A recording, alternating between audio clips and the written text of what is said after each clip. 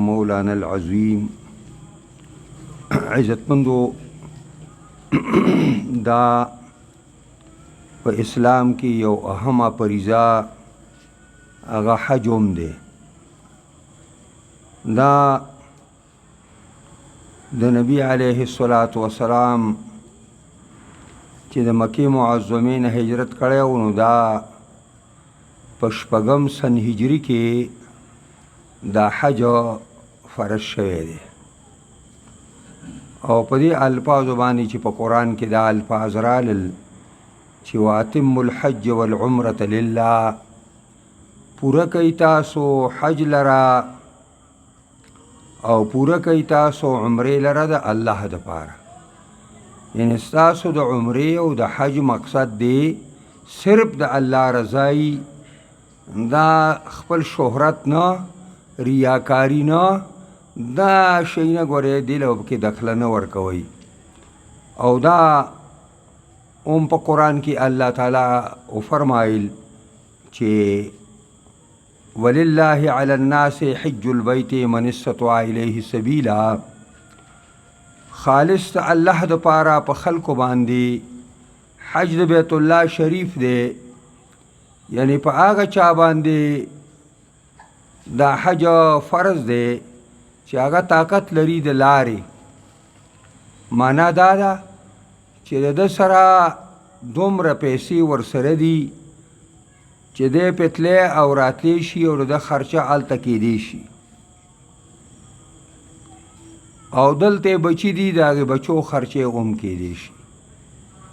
او دا لار د امني، یعنی په لاره کې هم څه مشکلات او مصیبتونه نه وي، نو بیا دا حج فرض دی او دا یو ضروري امر دی. دا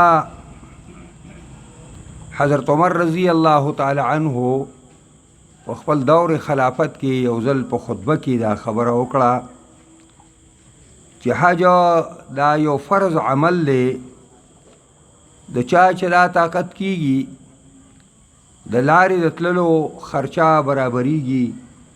د کور خرچه برابریږي، او د حج نه کوي نو دا مسلمانان نه دي. ما هم بمسلمین ما هم بمسلمین ما هم بمسلمین، دا مسلمانان نه دي، دا مسلمانان نه دي، دا مسلمانان دي. اراده مې کړې ده چې ټکس په مقرر کړم. تاسو پرې باندې پوهېږئ که نه، ټکس په اسلامي مملکت کې په مسلمانانو ټکس نه لګوي، په غیر مسلمو باندې به ټکس وي. او دا موږ او تاسو نه چې ټکسیان ساز کړي نو موږ خو هغسې مسلمانان نه یو که نه چې ټکسونه به راباندې څوک نه لګوي. په دې باندې پوهېږئ که نه. نو ټکس چې دی نو دا په غیر مسلمو باندې دی. نو دا حج داسې یو زبردست عمل دی. حضرت ابو هریره رضی الله تعالی عنه فرمایي چې د نبی علیه الصلاة والسلام را تپوسو شو چې په دې اعمالو کې به کوم یو ډېر بهتر عملي او غوره عمل وي. نو نبی علیه الصلاة والسلام ویل چې ایمان بالله و رسوله، الله او رسول باندې ایمان راوړل دا بهترین عمل دی. بیا سائل تپوس کوي ثم ماذا، بیا به د دې نه وروستو کوم عمل ډېر افضلي؟ نو پیغمبر خدا وفرمایل الجهاد فی سبیل الله، د الله په لار کې د الله د دین د غلبې دپاره جنګېدل، دا بهترین عمل دی. بیا تپوس شو ثم ماذا، نو نبی علیه الصلاة والسلام وفرمایل الحج المبرور، الحج المبرور، نیک حج دا بهترین عمل دی. بیا نیک حج دی ته وایي چې سړی حج وکړي او ګناه پکې ونه کړي، سړی حج وکړي او د الله دپاره یې وکړي، ریا پکې ونه کړي، ځان خلکو ته پکې ونه ښیي، نو دا حج اوچت عمل دی. او نبی کریم حضرت ابو هریره فرمایي چې نبی علیه الصلاة والسلام وفرمایل چې العمرة الی العمره، دا عمره کول د یوې عمرې نه تر بلې عمرې پورې په دې میان کې څونه واړه ګناهونه کېږي دا ټول پې معاف کېږي او د حج مبرور دپاره عوض نشته سوا د دې نه چې جنت دی دا هم د بخاري او د مسلم متفقون علیه حدیث دی دا دونه اوچت عمل دی او غټ عمل دی په دې الفاظو باندې په روایاتو د حدیث کې راځي چې سړی حج وکړي او صحیح انداز باندې وکړي د ګناهونو نه داسې خلاص شي لکه په کوم ورځ باندې چې د مور نه پیدا کېده ګناه هېڅ نه وه دقسې د ګناهونو نه الله تعالی پاک کړي نو حج یو ضروري عمل دی او دا حج فرض دی او دا نبی علیہ السلام چې کله د حج اعلان وکړو نو یو کس پاسېده چې یا رسول الله د هر کال لپاره دی نبی علیہ السلام جواب ورنه کوه سړي بیا تپوس وکړه او بیا یې تپوس وکړه 3 ځله دا تپوس وکړه نبی علیہ الصلاۃ والسلام ورته بیا وروسته ویلي که ما ویلی وی چې آو نو هر کال بر باندې حج فرض او کولی به م بیا نشه نو حج فرض دی په ټول عمر کې یو ځل په سړي باندې فرض دی او په ښځه باندې فرض دی خو دغه خبره ده چې لمن استطاع علیه سبیله چې د چا طاقت د لارې کېږي ده هغې خلکو دپاره چې طاقت یې کېږي نو په هغې خلکو باندې دا حج فرض دی حج دا یو داسې ضروري عمل دی او داسې یو فرض دی چې دا ډېر لوی اهم فرض دی نبی علیہ الصلاۃ والسلام په 8م کال د هجرت باندې حضرت بلکې په 9م کال باندې حضرت ابوبکر صدیق ولیږه او په 10م کال باندې پیغمبر خدا په خپله لاړ او په خپله باندې حج وکړه او خلکو ته وویل چې کیدای شي بل حج لا زه پاتې نشم نو زما نه دا حج زده کوئ چې دا حج درته وښیم نو نبی علیه الصلاۃ والسلام ملګرو ته دا حج عملا ښودلی دی او قولا یې ورته ښودلی دی بیان یې ورته کړی دی د حج دا طریقه ښودل شوې ده چې کله تاسو له خدای پاک دونه استطاعت درکړه چې تاسو حج کولی شئ نو بیا به د حج دپاره خو دغه اوس دا طریقې دي چې سرکاري داخله به وله وکړي بیا چې کله تاسو روانېږئ نو بیا 2 څادرونه هغې ته احرامین وی یو سړی د لنګ په ځای باندې استعمال کړي او بل د څادر په شکل په ولو باندې راواچوي دې ته احرامین وی نو دا دواړه به واچوي ګنډلې جامه به حاجي صاحب نه اچوي سړی چې دی نو هغه دپاره ګنډلې جامه ممنوع ده زنانه به ګنډلې جامې اغوندي دا چې کله بیا زمونږه اوس دا طریقه ده چې د هر قوم دپاره ځان له میقات دی او ځان له د نیت تړلو ځای دی د هر قوم دپاره مدینې دپاره ځان له دی د عراق دپاره ځان له دی د شام دپاره ځان له دی د یمن دپاره ځان له دی زمونږه د پاکستان دا د یمن چې کومه میقات دی او د نیت د تړلو ځای دی دا زمونږ هم دی نو میقات دا داسې یو ځای چې د هغې نه به هغه غاړه بغیر د نیت نه نه اوړي او دې غاړه د خپل کور نه هم نیت تړلی شي موږ عام ورته ورسره پېښور کې د ایرپورټ نه موږ نیت تړلی و هلته هم بس غسل خانې وایي کې غسل وکړه او دغه دا احرامین هم واچول او نیت هم د دغه ځای نه وتاړه نو دې خپله ایرپورټ نه هم ته نیت تړلی شي د خپل کور نه هم نیت تړلی شي نو دا چې کله مکې معظمې ته سړی ورسیږي او بیا مسجد حرام ته وردن نشي نو بیت الله شریف ته به مخامخ شي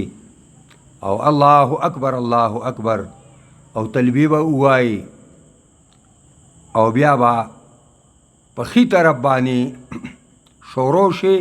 په ښي طرف باندې او په ښي طرف باندې به د بیت الله شریف نه چاپېره ګرځي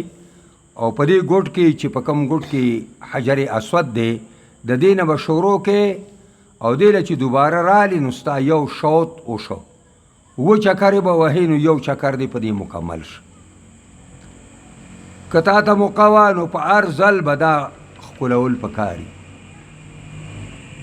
او دې ته کم از کم لاس لګول به پکاري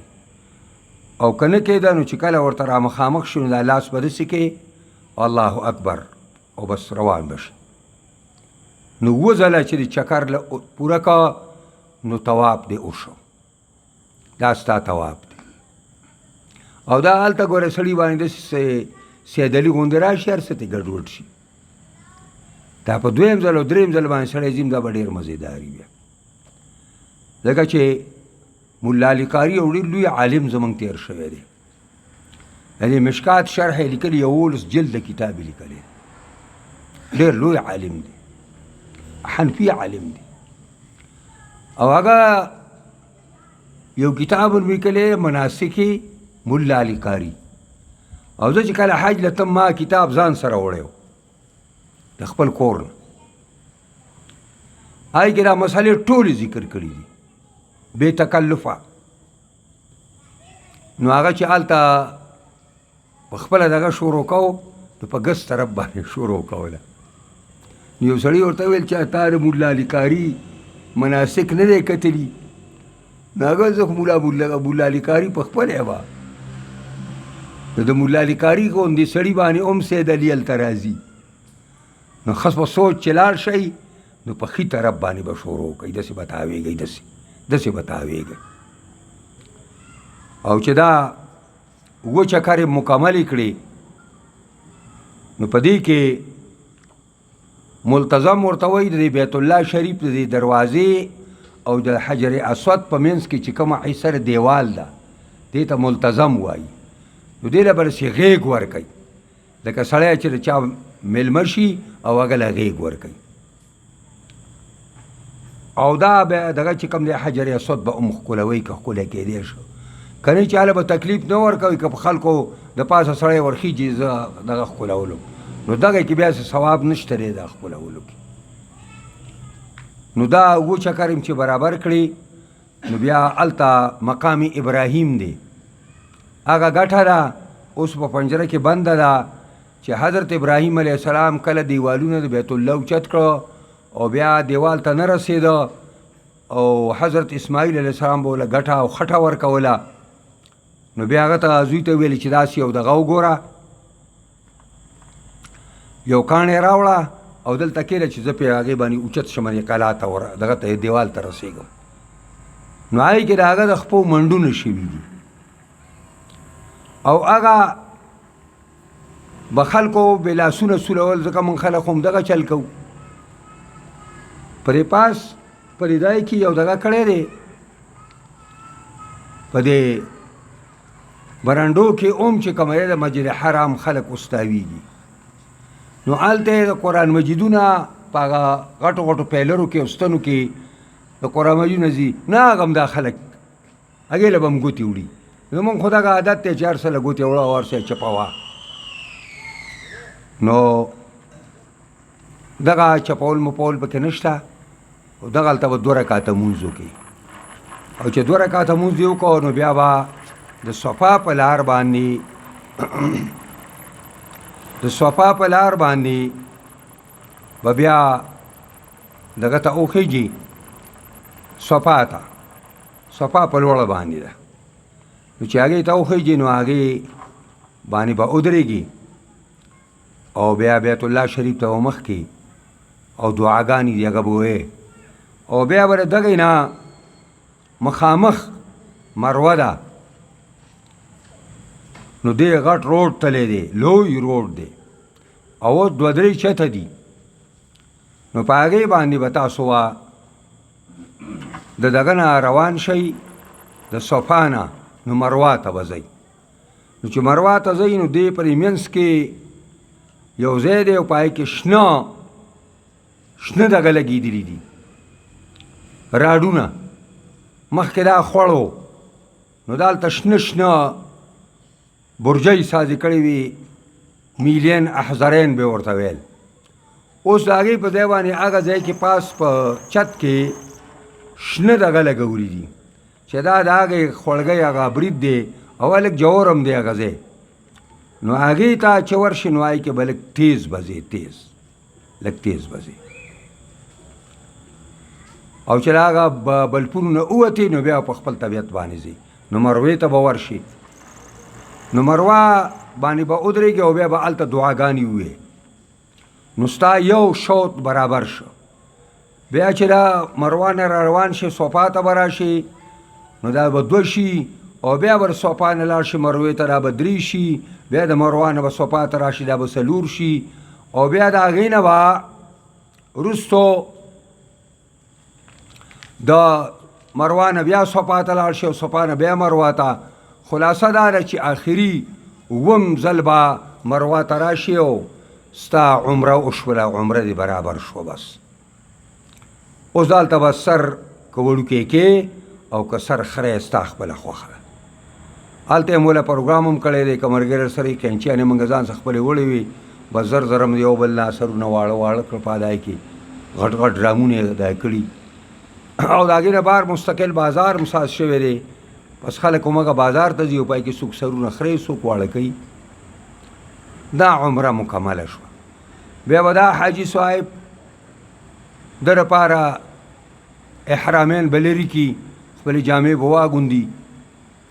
او هر شی وله جایز شکم چې پې بند شوی او په نیت تړلو کې ټول وله جایز شو. دی به بیا چې کله بیت الله اینی نو بیت الله نه به چاپېره طوافونه کوي او دا یو طواف دومره ثوابونه لري که نه چې دا د عمرې نه هم ډېر ثواب لري. دا یو طواف ما چې څه مطالعه کړی وه ډېر لوی ثوابونه دي.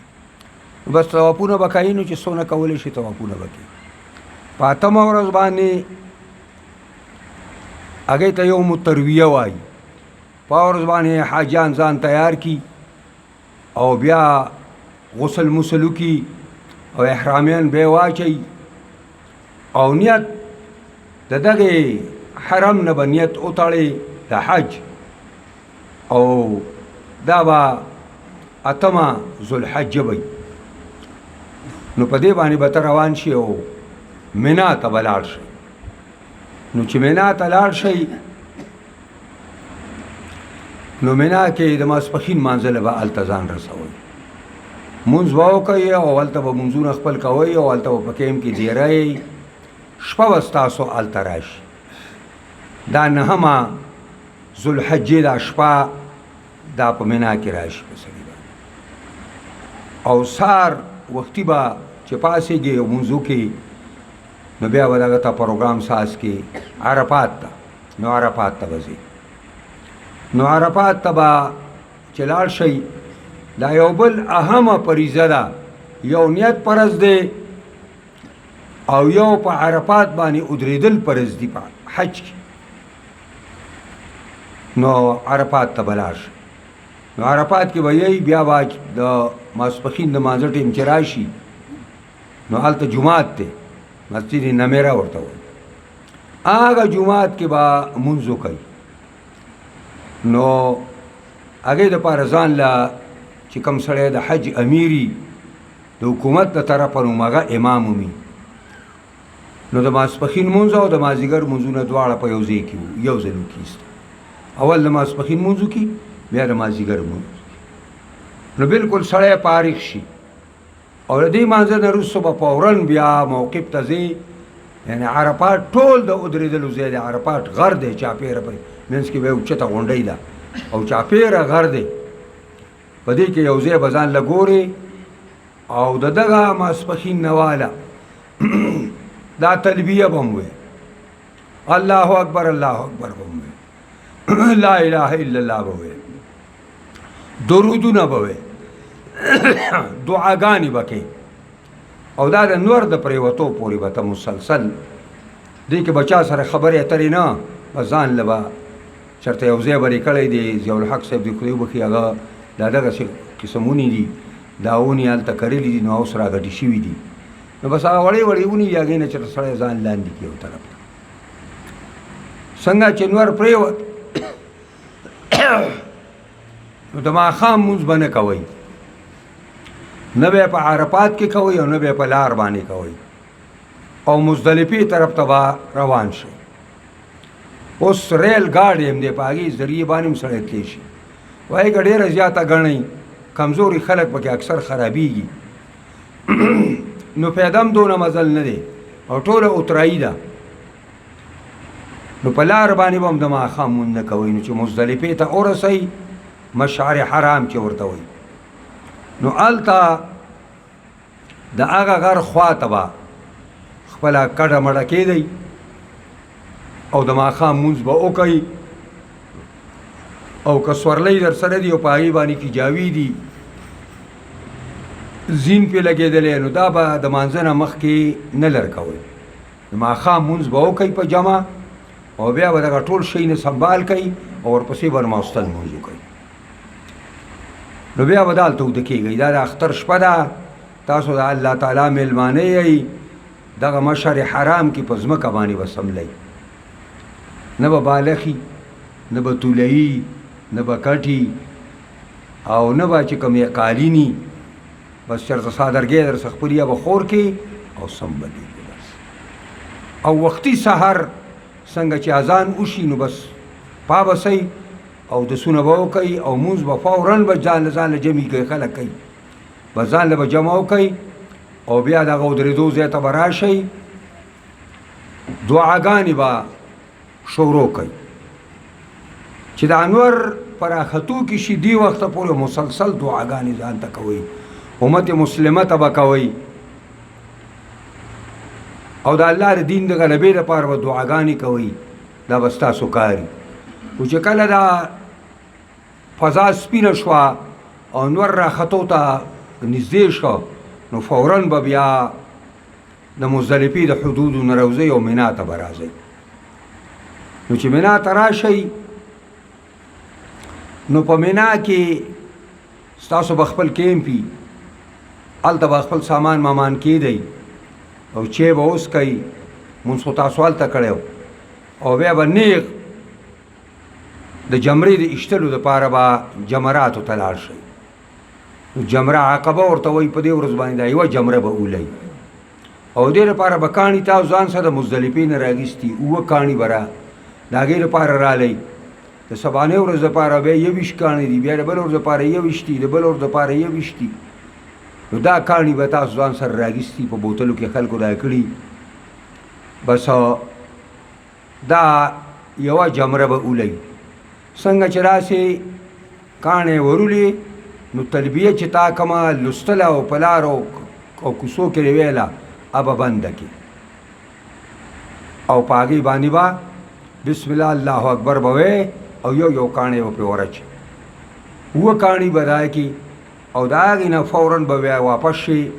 او بیا به واپس خپل منا ته خپل کیمپ ته راشي په دې ورځ باندې به دا د اختر ورځ به ته به انتظار کې اوس د حکومت دا طریقه ده چې هغې ستاسو نه پرې داخله کې د قربانۍ دپاره پیسې دي او ستا نوم د هغې خلکو سره وي نو تا ته به په ټلیفون باندې ووایي چې تا لپاره موږ حلاله وکړه نو ته به د هغې نه وروستو سر به وخورئ او یا سر به وړوکی کې خو خورول ډېر بهتر دي نو سر به وخورئ او بیا به په دې ورځ باندې یا په راتلونکي شپې لا یا سباله ورځ یا بله ورځ دې کې به ته یو طواف کې هغې ته طواف زیارت او طواف فرض ورته وایي چې دا په حج کې دریم فرض دی یو نیت فرض و یو په عرفات ودرېدل فرض و او دریم فرض پکې دا دی چې د بیت الله شریف نه اووه چکرې به چاپېره اووې او دې کې رمل ورته وایي پهلواني کول چې هغه دا ستا کوم څادر دی دا دوه څادرونه یو لنګ دې ته والی دی او بل صادر. نو دا به راوالې دې دا یو طرفه پرې ګسه اوږه باندې داسې دا راواچې او دې ګسې پرې خی باندې دې ګسې طرف ته به یې داسې راوباسي او بل پلو به پرې باندې واچي او دا چل به کوې لږه پهلواني دی ته رمل ویلې کېږي. نو که را تا مخکې کړی وه نو بیا دوباره ته حاجت نشته دی. نو بس دغه طواف وکړې نو دا ستا فرض د حج پوره شو. بیا به مینا ته لاړ شي او په مینا کې به دیرې. نو د اختر په ورځ باندې تا یوه جمره ایشتلې وه. په سبا باندې 11مې ورځې ته یوم القر وایي، یعنې هغه ورځ د چېرته د تلو نه ده، دا به ته دلته یې. نو 21 کاڼي به تا ځان سره والې او دا کاڼي به د ټیکري په شکل به ټیکرې نه ټیکرې پخوا چې زمونږ کټوۍ به وي دغه نه د خاورې نه سازې شوي ټیکرې به ورته وی. خزب ټکی راغلی په کتابونو کې، د خزب په شانتې سې پلنې پلنې دغه به دې ګیټۍ به دې راګېستې. نو بس جمره اولا به ولي دا 7 کاڼي به پې ور واچوي، هر یو سبا بسم الله الله اکبر وی او بیا چې دې نه فارغ شي نو دعا به وکړي زر زر لږه که چا پرې ښودې او که نه پوځ درپسې او پولیس او وایي چې روانېږه مو ودرېږه ګڼه ده نو روانېږه بس دعا بس اللهم ربنا اتنا فی الدنیا حسنه وفي الآخرة حسنه ووایي بس دا ټوله جامعه دعا ده. بس لاړ به شي بلې له او بله به ولي بیا د هغې نه وروستو به لږ غوندې پرې ښودې چا نو وبدرېږي که نه چې په روانه کې به اللهم ربنا آتنا ووایي بس نو درېمې ته به ورسي. چې درېمه ولي نو بیا به ودرېږي نه، هلته بیا ودرېدل نشته، په مخه باندې به ځې بس. نو بیا به خپله ځای ته ځان ورسې. دا ستا په 11مه ورځ باندې 3 واړه جمرې وشوې. بیا به خپل کیمپ ته راشي، په دې کیمپ کې به یې دا شپې به ټولې په دې دای کې کوئ مینا کې، بل ځای کې به شپه نه کوئ. نو په سبا باندې به بیا 3 واړه ولي نو دا به 12مه ورځ وي، دې ته یوم النفر الاول وایي. بیا به په سبا بیا ولي دې ته یوم النفر الثاني وایي. او که چېرې 14مې ورځې ته نه ایسارېږي نو 14مې هغه به په 14مه سره شریک ولي، لکه د 7 په ځای باندې بیا 14 ولي. او که نه 14مې ورځې ته ایسارېږي نو بیا به په 14مه ورځ به ولي. نو چې دغه دې وویشتې نو ستا حج پوره شه. نو ته به بیا مدینې طرف ته کتللې نو هلته یو خوړګۍ ده، هغه خوړګۍ کاڼیجن ځای دی، په هغه کاڼیجن ځای ته به راشي. او موږ خو زمونږ ځان له کیمپونه یو ځان له هوټلي دي پاکستانیانو، داسې د هر یو حکومت او د خلکو خپلې ډیرې ته به راشي او بیا به لاړ شي. نو بیا به د بیت الله شریف نه مخه رالې چې څونه ته ایسارې نو طوافونه به کې، او چې کله په آخري ورځ باندې راځي نو هغې ته طواف د مخخې طواف ورته وایي.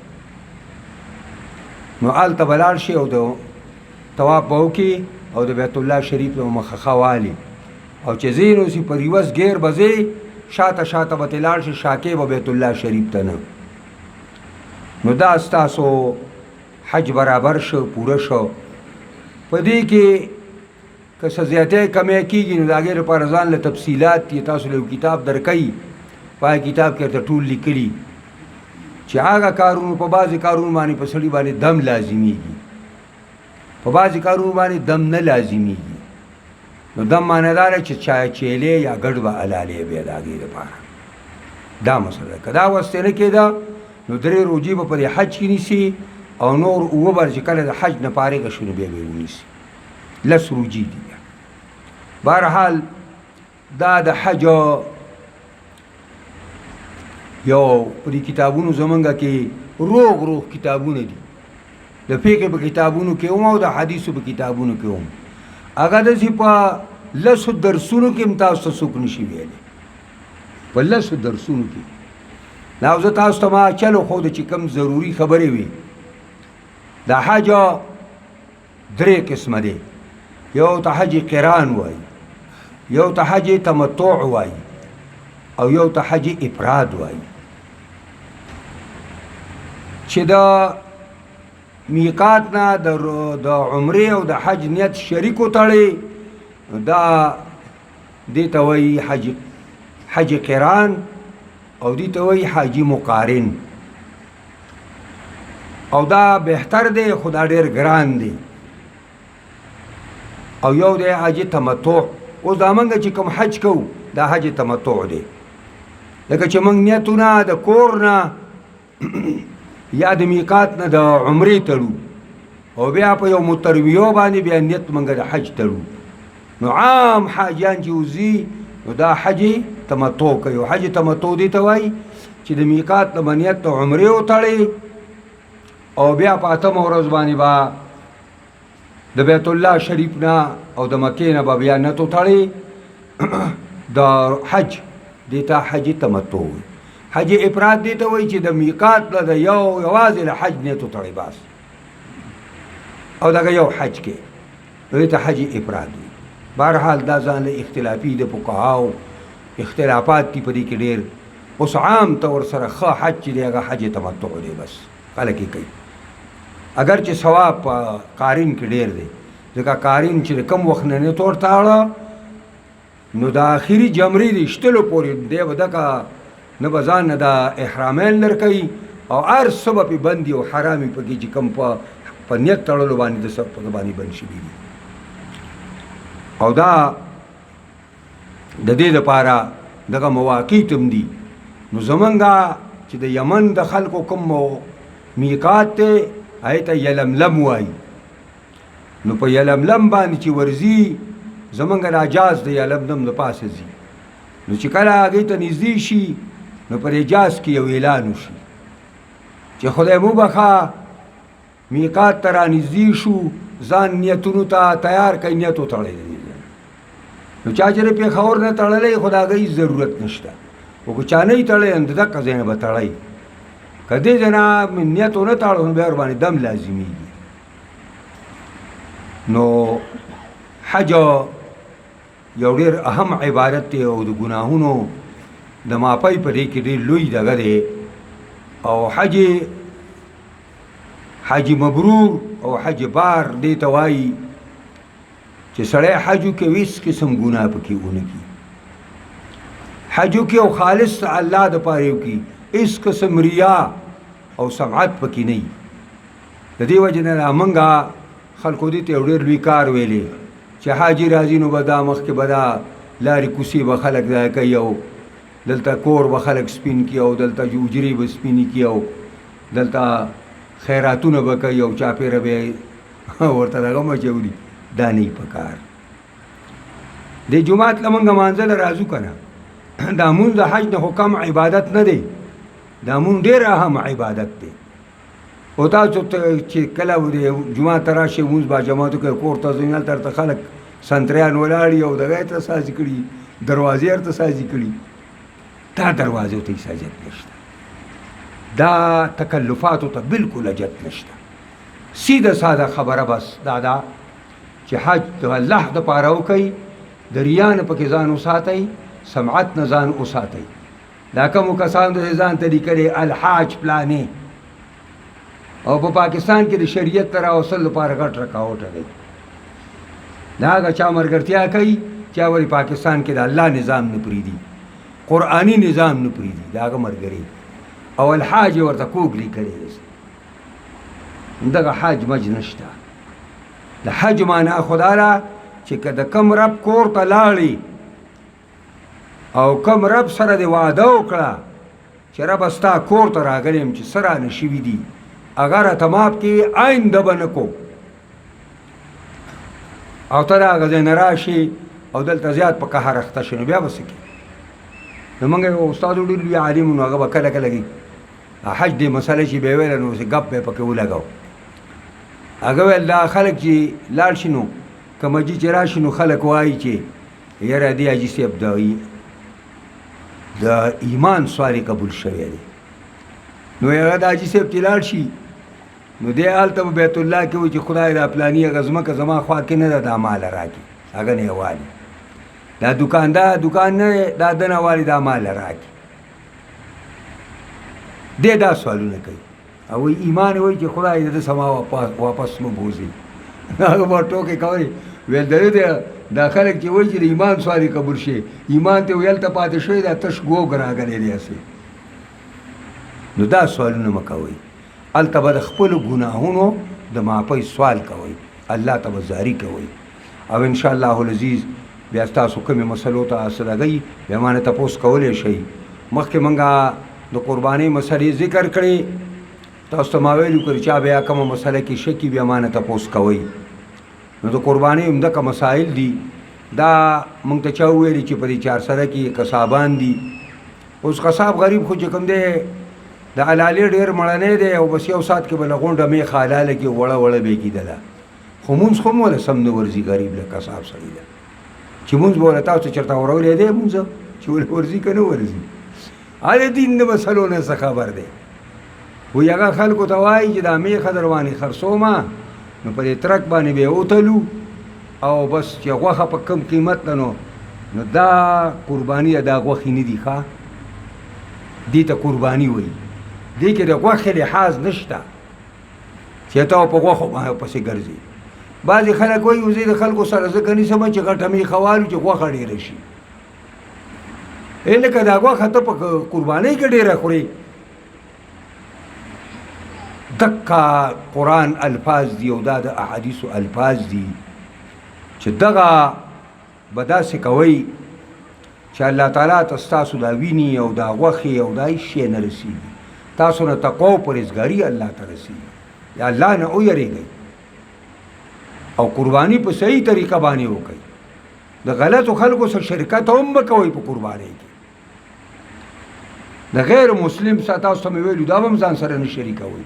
په قربانۍ کې ډېره بهتره قرباني دا ده چې ځان یې په خپله وکړي بس یو کور والا دي او هغې یو څاروی والي او درته مې ویلي چې غویې او سخی او کټې چې د 2 کالو بس بیا پې قرباني کېږي او دا نه چې دا وړوکی دی همدې کې موږ څنګه ول کسان شریک یو د انځر ټول په غوښه کې دی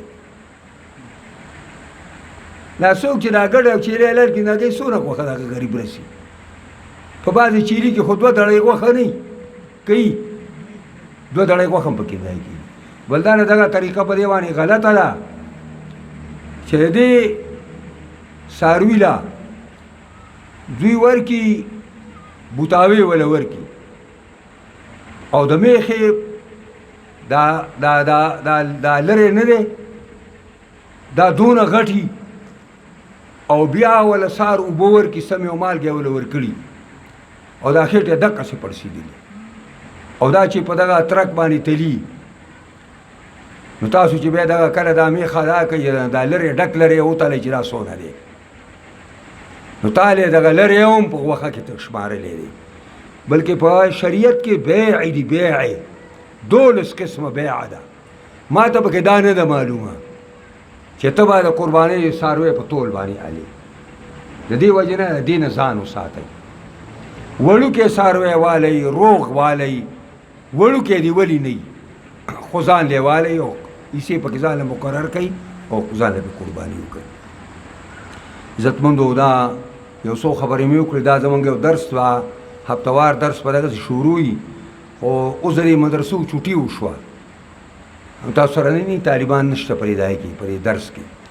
نو چوټي شوې ده د دې چوټۍ په ورځو کې به انشاءالله د دې درس هم چوټي چې کله موږ دا درس مقرر کړه نو تاسو به داسې خبره ولکه په اول ورځم چې څنګه خبر کړي وای دقسې به تاسو موږ خبر کړو او بیا به خپل درس راځئ که ژوندي وو تاسو ژوندي وو زه ژوندی وم نو دا درس به نه پرېږدو دا درس په دقسې په هفته کې یو ورځ کوو او په یو مسله باندې به یې کوو او په دې کې به که خیر چې کال تیریږي بېشماره مسلو نه به تاسو واقف شوي یئ او بېشماره مسلې به تاسو د دین زده کوئ موږ ګورې ډېر زیات کمزور یو په دین کې د دین سره زموږ شوق هم بلکل کمزوری شوی دی موږ د دین د مسلو نه خبر نه یو. تاسو یو غیر مسلم سره کېنې بلا زوی د خپل دین نه شي خبري یا قیاداني سره کېنه تا به لیونی کې ګورې. او موږ مسلمانان چې یو نو بس موږ بس مولا صاحب شته دی بس به زده کوي. دا دین یوازې د مولا دی، دا د نومي کلمه ګورې چې دا کلمه ویل چې لا اله الا الله محمد رسول الله دا زمونږ او ستاسو ټولو دی. دا دین به زده کوئ. دا مدرسه موږ دې لپاره سازه کړې ده چې دې کې به تاسو دا دین زده کوئ. نو په خپله په دې کې زده کوئ. خو زه درته صفا دا خبره کوم چې په خپل بچو دا خپل بچي په دې مدرسه کې داخل کړئ. او موږ را نه وایو چې تاسو په سکولونه پرېږدئ. دا سکول وایي د مندړي کې بهترین سکولونه دي. که په سرکاري سکول کې داخله او که په پبلک کې داخله، خو د ماسپښین نه وروستو د سبا ساره پورې موږ له راکئ چې دا دین ورته وښایو. او نه به تاسو نه موږ داخلالو او نه به درنه چې کوم دی نو پیسلو. هلته خو بس په سکول کې درنه هر سالي، خو چونکې تا دا خیال دی چې دې سره نوکري تړلې ده او دې سره پیسې تړلې دي او په دین کې خو بس نه وي، نو دا هر کار خلک د دنیا د پاره نه کوي. بعضې کار خلک د دین د پاره کوي او د آخرت او د قبر د پاره کوي، او بعضې کار خلک د خېټې د پاره کوي. سکولونو او کالجونو کار دا د خېټې د پاره دی. تاسو وایي تاسو پای کې چېرته مسله ښایي څوک څه هغه اسلامیات دي چې پکې ورکړي، نو د هغې استاد غریب هم داسې چا پې غریب نه پوهېږي چا تاسو هغه اسلامیات وایي. نه هغه ته اجازت دی چې پکې داسې کل کر تاسو سره دین مسلې بیان کړي. د دې وجې نه موږ او تاسو له دا پکار دي د دې مدرسې نه پیداوالی. دا موږ هم ستاسو لپاره سازه کړې.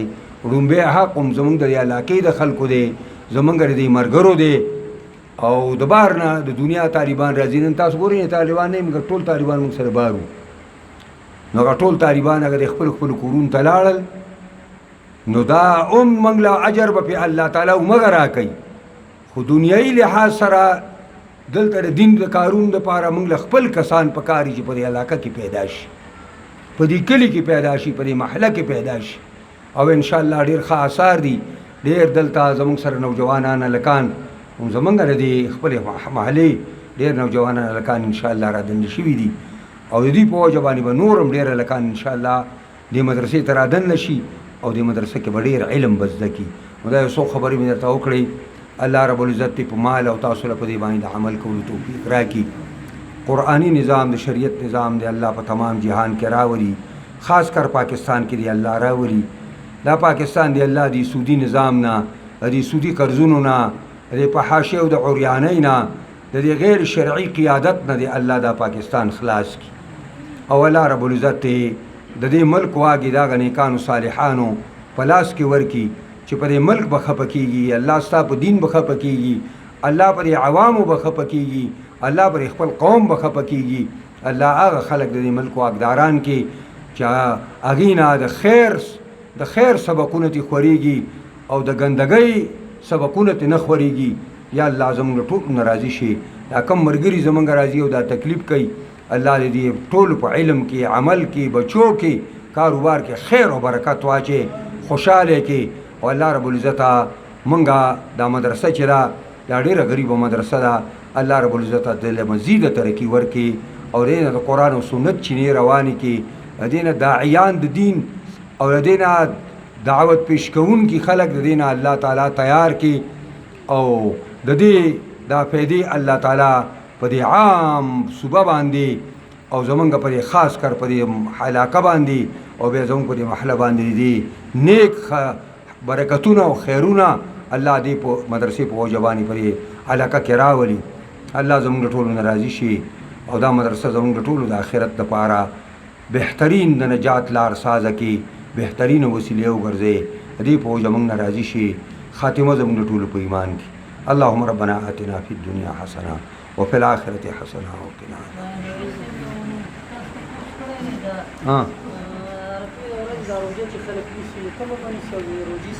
نه بس دا روژه ښه کار دی. حجانو دپاره بنده راغی بیا نه نیسي، ځکه هغوی کمزوري کېږي. او دلته که څوک نیسي نو چې زمونږ کوم عرفه د هغه به نیسي. بس زمونږ دا ځان له مستقل ملک دی زمونږ ځان له حساب کتاب دی، ځان له مروجي دي، ځان له مخترونه دي، د هغې د سعودي سره زمونږ دا تعلق نشته. پوهېږئ پرې باندې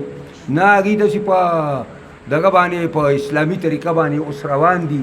او نه هغې داسې دا اسلامي طریقه باندې هلته میاشت لیدلی کېږي هغه چې شیخ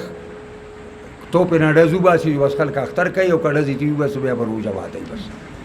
دا یې څه زمونږ هېڅ کار زمونږ ځان له خپل مستقل ملک دی، روژه به هم په خپل ټیم نیسو او دغه د عرفې روژه به هم په خپل عرفه باندې نیسو. هېڅ حاجت نشته نورو خبرو ته. ځان په دا کې مه اچوئ. دلته به بعضې خلکو به کسان هلته په عربو کې نو چې هغې هلته روژه نیسي نو دلته هم ټلیفون کوي دي هم بېګا د شپې پېشبنۍ کړې څه کې هلته زمونږ هلکان چې کوم دي نو بس هغې هلته روژه نیولې. نه دا ته یې سمجه ښه دا کله چې سړی دغه وکړي د حاجي صاحب والي که نه په شپېته زره اویا زره په دې زره باندې او دې کې ځان سره مړه مور پلار ملګري کړي مرګ کولی شي نو د هغې د غوښې بیا څه کوي؟ غوښې حصه چې کومه ده که نه هغې بیا څه کوي؟ هغه د هغې هغه بچي بیا خوري که نه د هغه مور او پلار چې دي هغې هم خوړی شي. خیراتي هم ورکوئ، خیراتي بیا هم ورکوئ. اصل کې قرباني د مړي دپاره خیرات کوي. نو که سړی غریبانو له دقه ورکړي نو ډېره بهتره